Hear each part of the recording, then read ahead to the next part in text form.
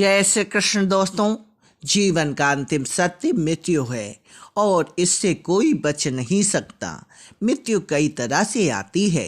कोई व्यक्ति आनंद से मृत्यु को पाता है और कोई अत्यंत दुखी होकर इस लोक से विदा लेता है। लेकिन सबसे भयानक मृत्यु अकाल मृत्यु होती है। आत्महत्या, गंभीर बीमारी या कोई हादसा, यह सब अकाल मृत्यु के कारण बनते हैं। गरुड़ पुराण में अकाल मृत्यु से जुड़े कई रहस्य बताए गए हैं। मृत्यु के बाद आत्मा को कर्मों के आधार पर स्वर्ग और नर्क को भोगना पड़ता है। दोस्तों, अकाल मृत्यु के बाद व्यक्ति की आत्मा के साथ क्या होता है, इसका उल्लेख गरुड़ पुराण में विस्तार पूर्वक किया गया है।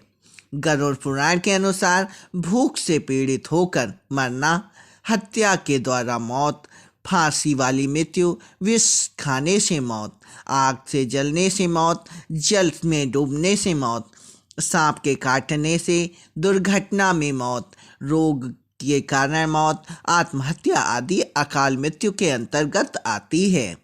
इनमें आत्महत्या को महापाप बताया गया है। आत्महत्या करना भगवान द्वारा आपको मिले जन्म का अपमान करना होता है।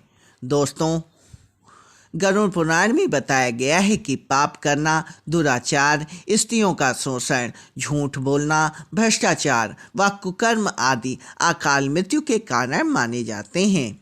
बहुत अधिक पाप करने पर व्यक्ति अकाल मृत्यु को प्राप्त होता है। वेदों में मानव की उम्र 100 वर्ष तक बताई गई है, लेकिन वर्तमान में इंसान की उम्र 70 वर्ष तक बमुश्किल से हो पाती है। अकाल मृत्यु के बाद आत्मा का क्या होता है? तो दोस्तों, अकाल मृत्यु के बाद आत्मा का क्या होता है, इस विषय में गरुड़ पुराण में कई बातें मिलती हैं। दोस्तों, अकाल मृत्यु के बाद जीवात्मा की आयु पूरी नहीं होती, इसलिए वह भटकती रहती है जब तक कि उसका जीवन चक्र पूरा नहीं हो जाता। अगर पुरुष की अकाल मृत्यु होती है तो वह भूत, प्रेत, पिशाच, कुष्मांडा, ब्रह्म राक्षस, बैताल या क्षेत्रपाल योनि में भटकता रहता है। वहीं अगर कोई स्त्री की अकाल मृत्यु होती है तो वह अलग अलग योनियों में भटकती है। अगर कोई नवयुवती स्त्री या प्रसूता की अकाल मृत्यु होती है तो वह चुड़ैल बन जाती है। वहीं कुमारी कन्या की अकाल मृत्यु होने पर वह देवी की योनि में भटकती रहती है।